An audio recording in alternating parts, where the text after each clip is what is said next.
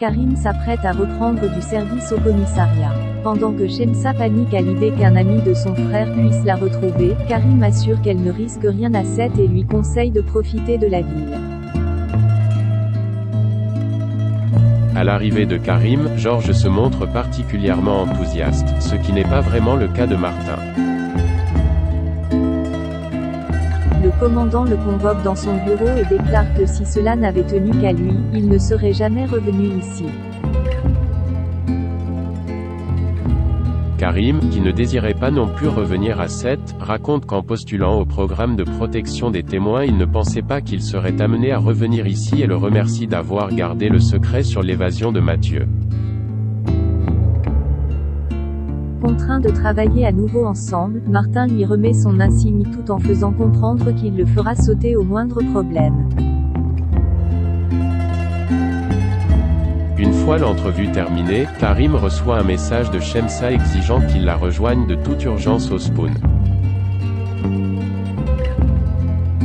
Sur place, sa protégée rapporte qu'un homme présent dans le bar l'a suivi. Karim interroge alors l'homme en question mais en comprenant qu'il s'agit de Bertrand, le livreur de poissons du bar, il s'excuse et s'en va.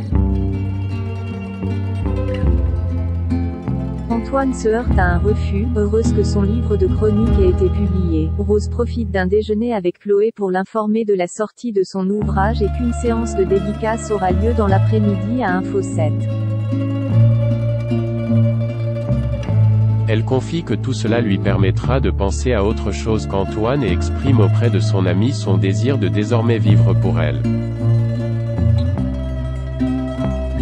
De son côté, Suleiman remarque que son père a leaké un événement pour une dédicace du livre de Rose et demande s'il a l'intention d'y aller. Antoine ne sait pas encore ce qu'il compte faire mais le jeune garçon souhaiterait qu'il s'abstienne puisque Rose les a empêchés de passer Noël avec Ariane. Néanmoins, Antoine rappelle que c'est Ariane la fautive dans cette histoire et ajoute qu'il a le droit de voir qui il veut.